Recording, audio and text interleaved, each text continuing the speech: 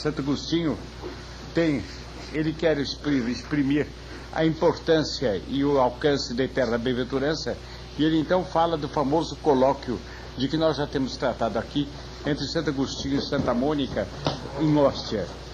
O colóquio teve a seguinte localização histórica.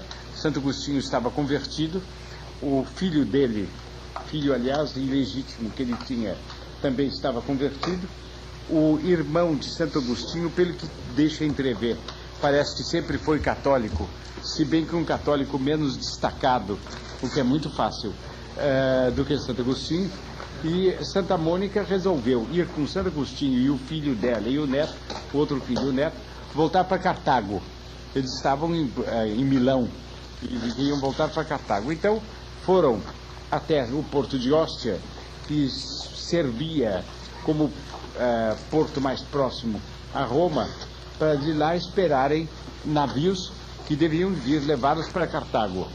E eles estavam nesse repouso da viagem que tinham feito.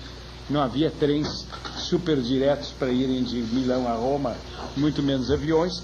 A viagem era, portanto, fatigante. Eles estavam repousando da viagem e esperando o navio que chegasse. Estavam numa hospedaria, quando se acercaram de uma janela que, explica Santo Agostinho, dava para o jardinzinho interno da hospedaria. É uma coisa curiosa, a gente imaginaria um panorama magnífico para essa conversa. O que poderia ser um jardinzinho de hospedaria? A gente tem que considerar que não é nem um pouco hotel tipo Palace de há 20 ou 30 anos atrás. Ou teu hospedariazinha de Ostia, hoje em dia não daria para o hotel do Gato em Pé em nenhum lugar. Então, de que qualidade seria o jardim? E que espécie de jardinzinho teria? Qual era o panorama que eles tinham diante dos olhos quando olhavam essas coisas? Era nada, com toda certeza. Eles tinham os panoramas da fé. Chegaram junto a essa janela e começaram a conversar. Então, a respeito dessa conversa, que é a conversa das conversas, valeria a pena talvez uma noite mandar mimeografar e nós lermos juntos a conversa inteira, até a morte de Santa Mônica, por exemplo. Historiarmos isso seria uma coisa soberba. Bem, nessa conversa trata-se da eterna bem-aventurança. Então, Santo Agostinho diz: e como chegasse em nosso discurso? Discurso quer dizer aquilo sobre o que discorriam. Não é o discurso no sentido corrente brasileiro da palavra, quer dizer, um discurso que alguém faz a alguém, não. Discorriam sobre isso. Bem, então, chegasse ao discurso à conclusão de que qualquer deleite dos sentidos carnais, ainda que fosse maior, revestido do maior esplendor corpóreo, ante o gozo daquela vida, que é a eterna bem-aventurança, não só não é digno de comparação, mas nem sequer de ser mencionado, levantando-nos com mais ardente afeto para o que é sempre o nosso, o mesmo, percorremos gradualmente todos os seres corpóreos, até o mesmo céu, de onde o sol e a luz enviam seus raios. Vocês podem imaginar a conversa de Santo Agostinho com Santa Mônica, fazendo o mesmo trajeto rumo à eterna bem-aventurança, que de modo tão diferente e tão bem nós temos procurado fazer, quer dizer, partir das coisas corpóreas para chegar inclusive ao céu empíreo, que é corpóreo, para depois chegar à eterna bem-aventurança. E como dizem aí Santo Agostinho e Santa Mônica na conversa, é tal a superioridade da bem-aventurança sobre o céu empíreo que nem merece ser mencionado. Não é dizer que não tem comparação, não merece menção. De tal maneira, o céu, a bem-aventurança eterna está acima de tudo isso. Alguém dirá, mas por que o Senhor colocou, então, consagrou tanto tempo ao céu empíreo?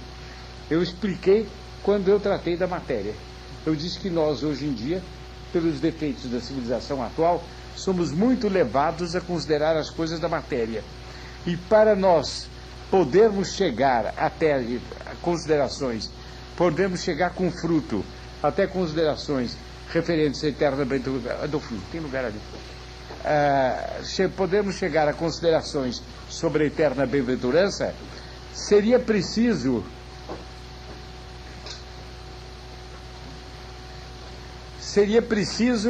que nós passássemos por isso, servindo-se dessas coisas, inclusive do céu empírio, como um degrau para chegar à eterna bem-aventurança.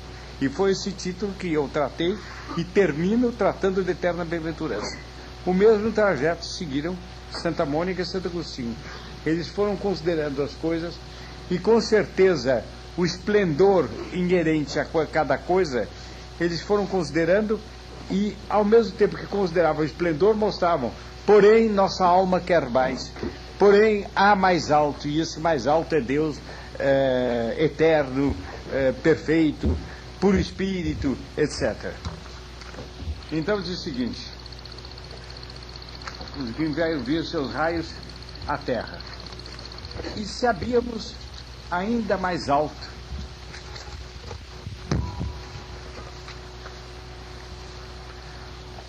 pensando, falando e admirando tais criaturas, e chegamos até as mesmas almas, e os passamos também a fim de chegar à região da abundância indeficiente, onde tu apacentas a Israel eternamente com o pasto da verdade, a vida da sabedoria, porque quem tem tudo, porque ali todas as coisas excelentes existem, tanto as já criadas como as que deverão existir, sem que ela o seja por ninguém.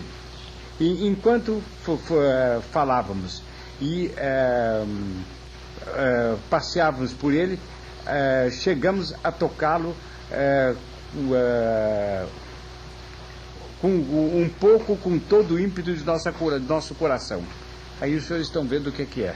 Eles passaram do céu empírio para o próprio Deus, Criador e, portanto, incriado. E num momento eles tiveram um êxtase. E neste êxtase, que foi o ápice desta oração em comum, que foi exatamente o êxtase de hóstia, essa conversa terminou no êxtase. Neste êxtase, Deus que conduziu os espíritos deles a irem passo a passo,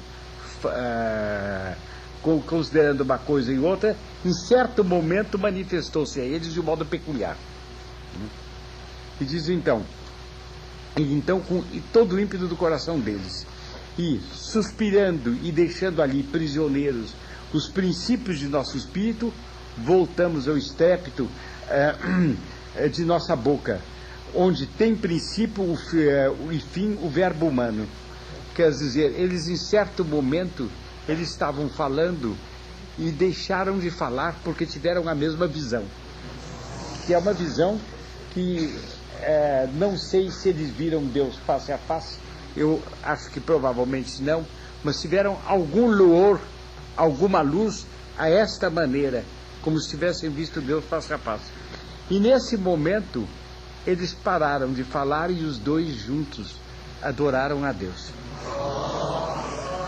Auspice et afflante beata Maria Virgo, pelas orações e pela mediação de Nossa Senhora. Quando o êxtase cessou, eles continuaram a falar, mas começaram aí a ouvir a própria voz e a voz do outro que tinham deixado de ouvir falar durante o êxtase. Eu não conheço conversa que tenha tido na vida algo de comparável com isso, a não ser as conversas daqueles que conheceram nosso Senhor Jesus Cristo em sua vida terrena. Fora disso, nada conheço de igual. Os senhores estão vendo aqui como, pela bondade de Deus, na vida terrena, Ele quis dar a Santo Agostinho e a Santa Mônica algo que era o presságio de tudo isso. Bem, e a Santa Mônica a recompensa por isso. Bem, então voltaram o estrépito de nossa boca.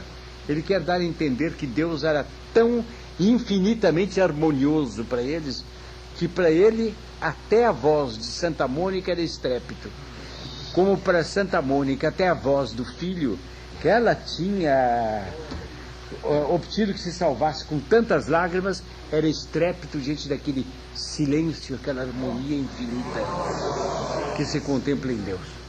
Aí os senhores por aí podem perceber o que é Deus. Se para Santa Mônica a voz de Santo Agostinho era estrépito, e para Santo Agostinho de Santa Mônica, entretanto, que havia de mais harmonioso na Terra, os senhores, o resto percebem o que é, não tem mais nada que acrescentar. Então diz, eles voltaram ao espetáculo da própria boca, sendo que na própria boca o verbo humano, quer dizer, a palavra humana, tem princípio e tem fim, quando o verbo de Deus nem tem princípio nem tem fim. Vocês percebem bem a grandeza, muito mais do que majestosa, mas simplesmente divina, do que eles puderam perceber. Bem, então, em nada semelhante a teu verbo, Senhor nosso, que permanece em si, sem envelhecer, e ressoa e renova todas as coisas. Quer dizer, quando a palavra humana envelhece, some, é um flatus vocis. Nós estamos pronunciando palavras, e essa palavra, quando é emitida, ela sai da sua juventude, e ela morre na sua velhice. Segundos depois, a palavra de Deus, o verbo eterno de Deus, que permanece sempre o mesmo, não tem início, não tem fim, não tem juventude nem velhice, e ao longo da eternidade renova todas as coisas. Aí os senhores veem a grandeza de Santo Agostinho, porque todo este elan é o elan da grande alma de Santo Agostinho, é o incomparável elan agostiniano, é único no gênero. Bom, e dizíamos, se por último desse estado continuasse, se por último esse estado continuasse e fossem afastadas dele as demais visões de índole muito inferior, e esta só ela subsistisse, absorvesse e abismasse nos gozos mais íntimos a sua contemplação, de modo que fosse a vida sempre eterna, como foi este momento de intuição, pelo qual inspiramos, não seria isto, entra no gozo do seu Senhor? Lembra-se que era o salmo inicial, entra no gozo do seu Senhor. Então, pergunta, mas aqui não é mais Santo Agostinho, eu acho que é o Alápide, ele pergunta, isto não é entrar no gozo de Deus? Ver isto, considerar isto? Agora, os senhores, com isso, tem o Alápide, suponho que termina aqui, porque não poderia terminar melhor alguma coisa sobre a bem-aventurança eterna do que algo que fala primeiro das coisas terrenas, chega até a bem-aventurança eterna e depois desce através de um êxtase de dois grandes santos e toma proporção com a coisa terrena de novo. Poder-se comparar com arco-íris, que chega num ponto, chega ao seu zenito e desce harmoniosamente. De maneira que eu suponho que tenha sido o Alápide que tenha realmente colocado isso no fim. Um pequeno comentário que se liga a isso.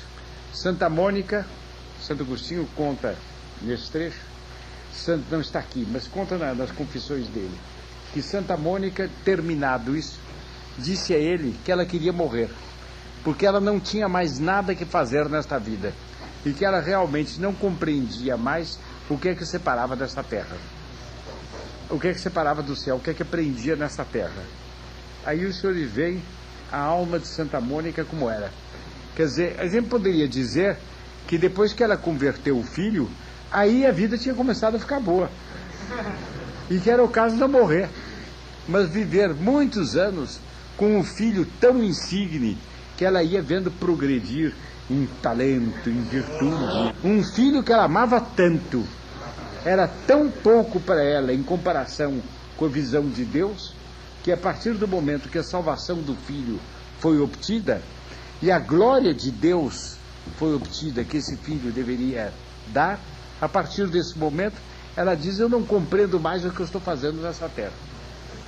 Ele poderia dizer a ela talvez, mas minha mãe e eu, mas não disse, porque ele entendeu também que a missão dela estava cumprida e que ele não era para ela todas as delícias, embora fosse filho dela, porque todas as delícias para o homem é só Deus Nosso Senhor.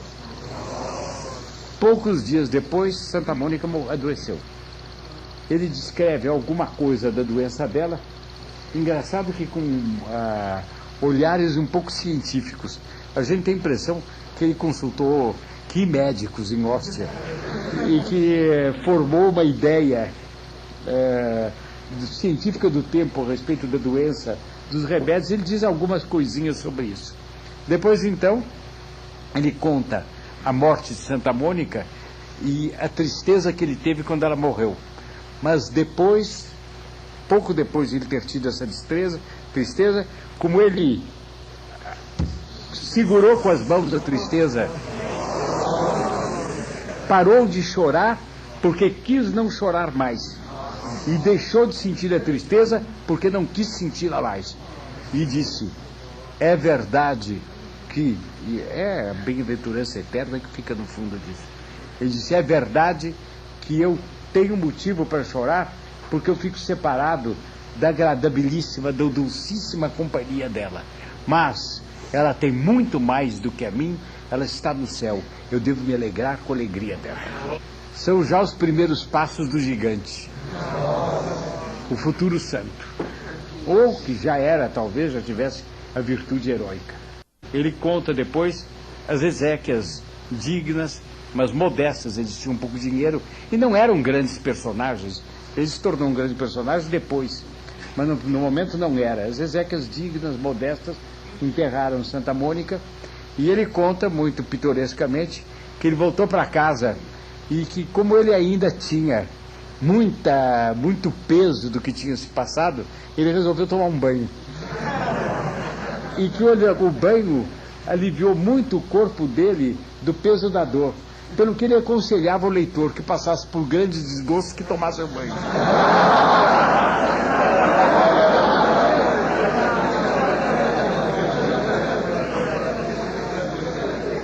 Sempre no caso, sempre não digo bem, no caso, de novo, meio como numa atitude paterna, o amor aos fiéis, etc, etc, mas um pouco também como quem dá um contributo para o progresso das condições da vida humana. Ele quer que as pessoas aprendam um pouco como tratar-se a si próprios. E eu acho que o conselho é ótimo. Acho que... Mas o senhor veio o que é o equilíbrio dele. Ele recalcou a palavra depois de Freud, não se pode usar. Ele acalcou, comprimiu a dor, mas aquilo que a vontade, o livre-arbítrio podia, ajudado pela graça, sobre a alma, no corpo ainda refletia. Um banho e o repouso. Pouco depois ele embarcava para a África. Isso nos deixa no patamar, mais ou menos como, o senhor sabe o que é o portaló do navio, né? Já não é propriamente o navio, mas é uma espécie de pontezinha ou do degrau que fica fora da linha do navio, que é preso ao navio, de onde desce a escada. Nós estamos no portaló do assunto, a escada vai descer. Considerar, isso é descer. Realmente, quando se tratou da eterna bem-aventurança, o que é que não é descer? Bem, um pouco o futuro de Santo Agostinho. Santo Agostinho, os senhores sabem, foi bispo de Hipona, viveu largamente, mas Hipona é um lugarejo, uma espécie de cidade satélite de Cartago, que esta sim era metrópole de uma grande província romana na África. O norte da África naquele tempo era latino, como poderia ser latina a Gália, a Espanha, a Lusitânia, qualquer outro lugar latino da Europa. Bom, o Hipona, sendo uma cidade pequena, ele foi bispo modelar dessa cidade, mas fazia sermões que provavelmente eram escritos, repercutiam pela cristandade inteira, porque embora não tivesse os meios de comunicação social, os admiradores escreviam uns para os outros em pergaminhos, em tábuas revestidas de cera, etc., e mandavam um sermão para um outro lugar. E a atividade dos copistas era muito requestada. Hoje nós estamos na era do xerox, mas se reproduzia muito, e se encontram muitos exemplares antiquíssimos em museus dos sermões de Santo Agostinho, etc. Além dos sermões, cartas. Ele mantinha uma correspondência muito vasta. pela qual ele respondia às pessoas que pediam a opinião lucidíssima dele. Então ele era ao mesmo tempo bispo de um lugarejo e um luminar da igreja, mas morreu em condições dramáticas. Os bárbaros, como os senhores sabem, invadiram o Império Romano do Ocidente, transpuseram o Reno e entraram pela Gália, depois entraram pela Espanha, e da Espanha, talvez um pouco de Portugal também, eles passaram para a África por causa do Gibraltar, era uma distância muito pequena para transpor. Eles transpuseram e invadiram a África, deixando sempre para trás uma porção de pessoas que se fixavam, mas uma horda que ia sempre para frente à procura de espaços para dominar e também à procura de espaços para andar, para matar aquela fome de andar e de se mover inerente ao nomadismo bárbaro, até cansar. Então, atravessaram a África. E a espécie de bárbaros que entrou era da espécie que deixou nome na história, eram os vândalos. Até hoje se fala de vandalismo. Precisamente os vândalos tiveram uma parte iminente na invasão do norte da África. E foram eles que bateram as portas da cidade de Hipona para dominá-la. Então Santo Agostinho via as muralhazinhas da cidade sitiadas. Com certeza não era por todo o exército, não havia exército, por toda a horda vandálica, mas deveriam ser alguns destacamentos que eles mandavam tomar as cidades menores para ocupar completamente o solo, sabendo que era a pilhagem, o saque e a destruição. E ele muito doente, e sempre se lembrando dos pecados que cometera anteriormente à sua conversão, e pedindo perdão por esses pecados. Depois disso, pedindo perdão pelos seus pecados. Então ele mandou escrever no muro os salmos penitenciais na parede do quarto. E deitado na cama, ele lia os salmos penitenciais para pedir perdão dos seus pecados, enquanto os bárbaros sitiavam a cidade. E ele tinha diante de si apenas a morte. Ou a morte de doença, quer dizer, a doença o levava de uma hora para outra, ou a morte assassinado pelos vândalos. Talvez aí com a glória do martírio, que seria uma glória complementar. E ele, preocupado muito mais em chorar pecados tão resgatados do que em saber qual era o seu próprio futuro.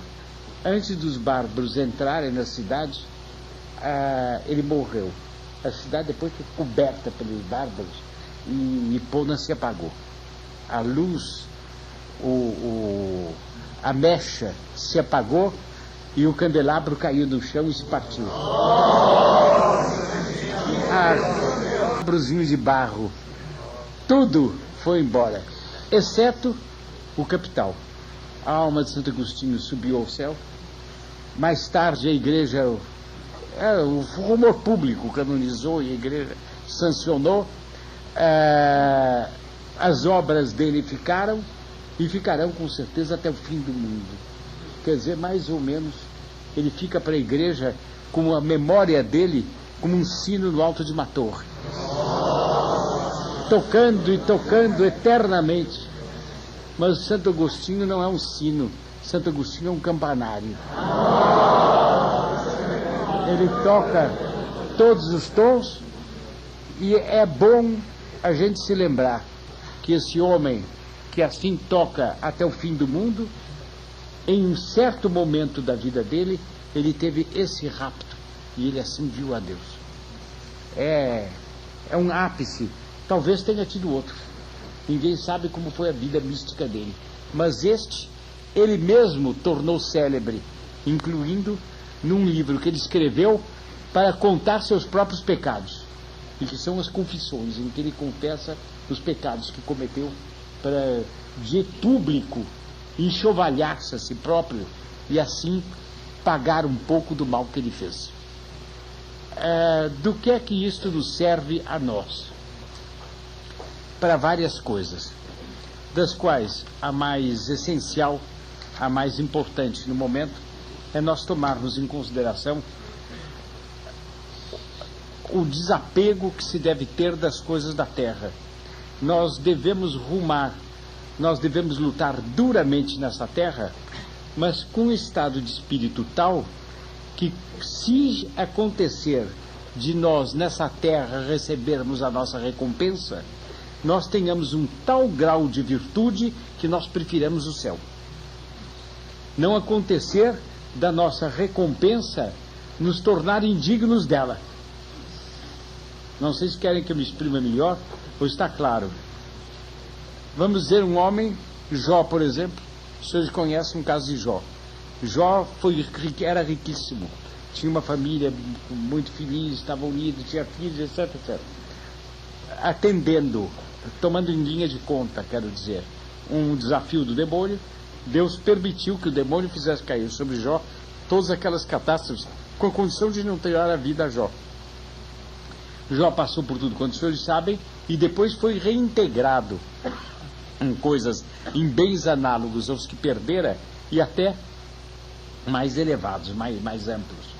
Bem, Jó não teria merecido o elogio que mereceu se na hora de ele enriquecer, ele não ficasse mais desapegado do que era antes de ele perder fortuna. Se na hora em que ele recebeu, ele teve outros filhos, e sua casa se encheu, e a sua saúde se restabeleceu, ele não estava ainda mais resignado a sofrer tudo de novo do que estava da primeira vez. Vocês vejam Simeão. Simeão, o profeta, ficou velho à espera do Salvador e pediu a Deus a graça de que os olhos dele não se fechassem sem ter visto o Salvador. Mas ele viu o Salvador e cantou. Ele profetizou, disse que seria uma pedra de escândalo, etc. Cantou depois. Ele ficou entusiasmadíssimo. Disse: Senhor, agora enviai o vosso servo em paz, quer dizer, tirai desta vida, porque os meus olhos viram o Salvador, não preciso mais nada. Um outro diria: agora que o Salvador chegou, deixa eu morar perto da Sagrada Família e ver, não, o que Deus queria de mim nesta vida está pronto. Agora, meu Deus, levai-me. E notem que ele não foi para o céu, hein? Ele passou mais 33 anos nessa terra, porque ele foi para o limbo como iam todos os justos. E só depois que Nosso Senhor morreu, e que, portanto, as portas do céu foram abertas aos homens, aí ele foi para o céu. Mas mesmo assim, veja um desapego dele. Então nós devemos nos perguntar a nós, como é que se nós estamos bem certos do desapego desta vida e do desejo da vida celeste que nós devemos ter nesta vida terrena. E se nós temos pelo menos o desejo de pedir a Nossa Senhora que ela nos dê uma alma tal que cada vez que nós vemos coisas terrestres, materiais, pensemos no seu significado espiritual. Cada vez que pensamos no significado espiritual, pensemos nas almas dos bem-aventurados, dos eleitos, dos anjos. Pensemos sobretudo em Nossa Senhora. Pensando em Nossa Senhora, nós pensemos que ela é a que está mais próxima dele. E desejamos chegar até ele.